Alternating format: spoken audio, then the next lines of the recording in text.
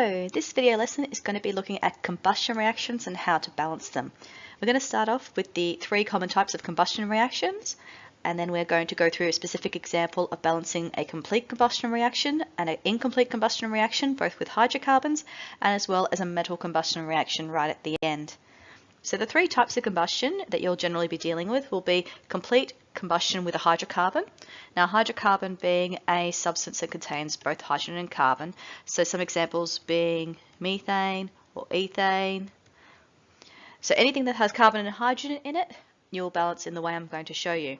Now, if it's a complete combustion reaction, the two products are going to be carbon dioxide, which is CO2, and water, H2O. Now, if it's an incomplete combustion, the only difference here is that there is actually insufficient oxygen with which to complete the reaction. So because there's not enough oxygen present, you actually get different products.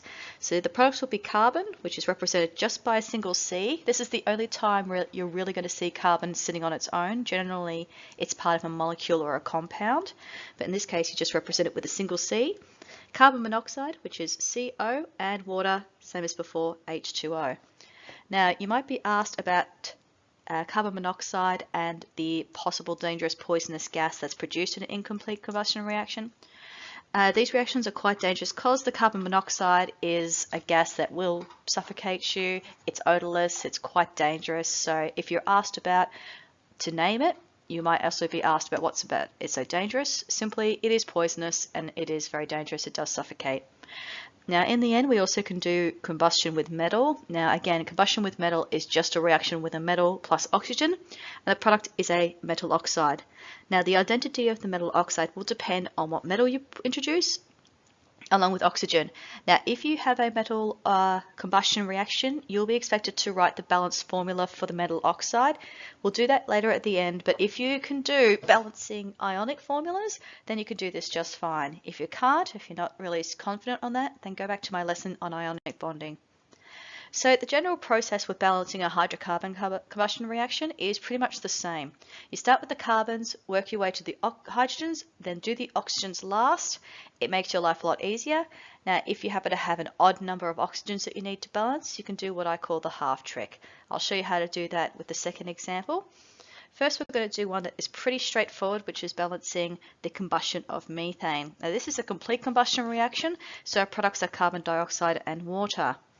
So our first step, like any time we balance, we're going to count up our atoms. So on each side we have carbon, hydrogen, oxygen. Now if we count it up, we have on the left 1, 4 and 2 atoms of each. Now on the right we have 1, 2 hydrogens, 3 oxygens. So from here we're going to start with balancing the carbons. In this case we're lucky because the carbons happen to be already balanced, so we don't need to do anything else with those. Now for the hydrogens you need an extra 2 atoms of hydrogen on the right. To get there we're going to multiply the hydrogens by 2, and that means putting a 2 in front of the water molecule. That will now give us a total of 4 hydrogens, but it also gives us 2 oxygens within the water and also 2 oxygens within the carbon dioxide, which gives us now a new total of 4 oxygens. Make sure your counting is accurate. That's where your mistakes are going to come from. So the next step will then be now to balance out the oxygens. Now all you have to do for this is divide the number of oxygens you need on the right hand side by 2.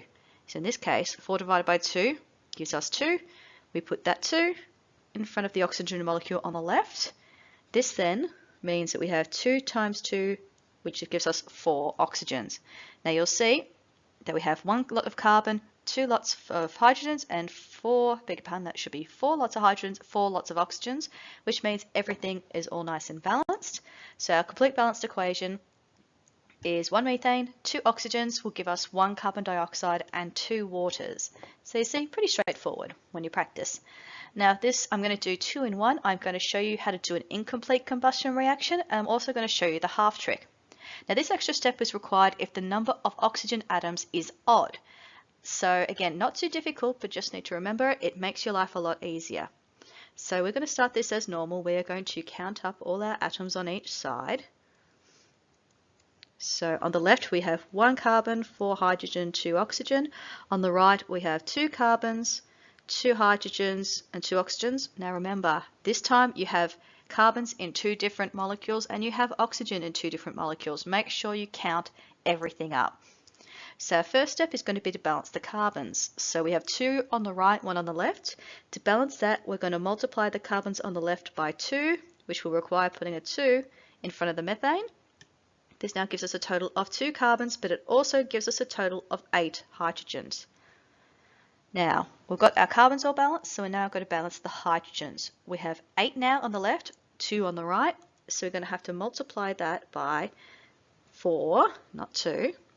Now, to do that, we are going to put a 4 in front of the water. Now, that's going to give us a total of 8 hydrogens, but it's also going to give us 4 oxygens in the water and 1 oxygen in the carbon monoxide, which will give us a total of 5. Again, be careful of your counting. So now we actually need to balance the oxygens. Now here we have an odd number of oxygens we need. We're still going to do the same as we did in the previous example. We're going to divide by 2, which will give us 2.5, and we're going to put that in front of the oxygen on the left. Now we can't obviously have half a molecule. We are not going to be splitting up oxygen molecules here. So what we're going to do to get that 2.5 up to a whole number, we're going to multiply everything by 2. Okay, so what we're going to do, and that means we're multiplying the numbers in front of every single molecule by 2. This makes sure everything is even. It's a bit like algebra. What you do to one side, you must do to the other. If you're going to multiply one molecule by 2, you have to do it for the whole lot. So in that case, the methane becomes 4, the oxygen becomes 5. You put a 2 in front of the carbon. If there's no number, assume it is a 1, and you can just put 2 in front, as 2 times 1 is going to equal 2. Now this final 4 is going to equal 8. Now, if you're not sure if this is going to work, go ahead, take your time, and recount all the atoms with this complete balanced equation. I can guarantee it's going to be right. And so the final balanced equation for this is going to be 4 methanes, 5 oxygens, will give 2 carbons, 2 carbon monoxides, and 8 waters. Now, the last example I'm going to show you is going to be combustion with a metal. Now, the trick with this is not really the balancing, it's making sure that you get the correct ionic formula for your product.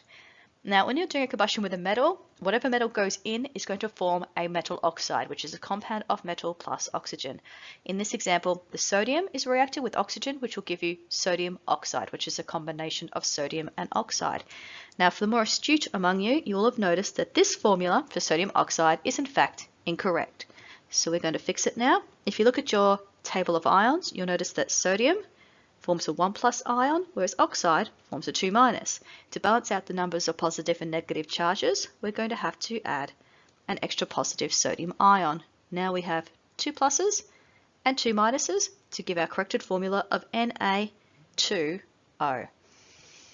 Alright, so now we've got the correct formula, we can actually go ahead and balance. If we hadn't fixed that formula, balancing would have been possibly easier, maybe impossible, but definitely would have been incorrect. So let's count up our sodium and oxygen on both sides. We have 1, 2, 2, and 1. Now, as with any other balancing chemical equations that are not combustion, you could do this a couple of different ways. I happen to know the shortest way to get there, but if you go the other way, you'll get there eventually. It might take you an extra step, but we're going to balance the oxygens first. Now we have 2 on the left, 1 on the right, so to get that balance, we're going to have to multiply this oxygen by 2, which means putting a 2 in front of the sodium oxide. That now gives us 2 oxygens and 4 sodiums. Now for the final step, we now need 4 sodiums on the left, we have 4 on the right, so we're going to have to multiply this by 4, which means putting a 4 in front of the sodium. So that gives us a complete balanced equation of 4 sodium plus 1 oxygen gives you 2 sodium oxides.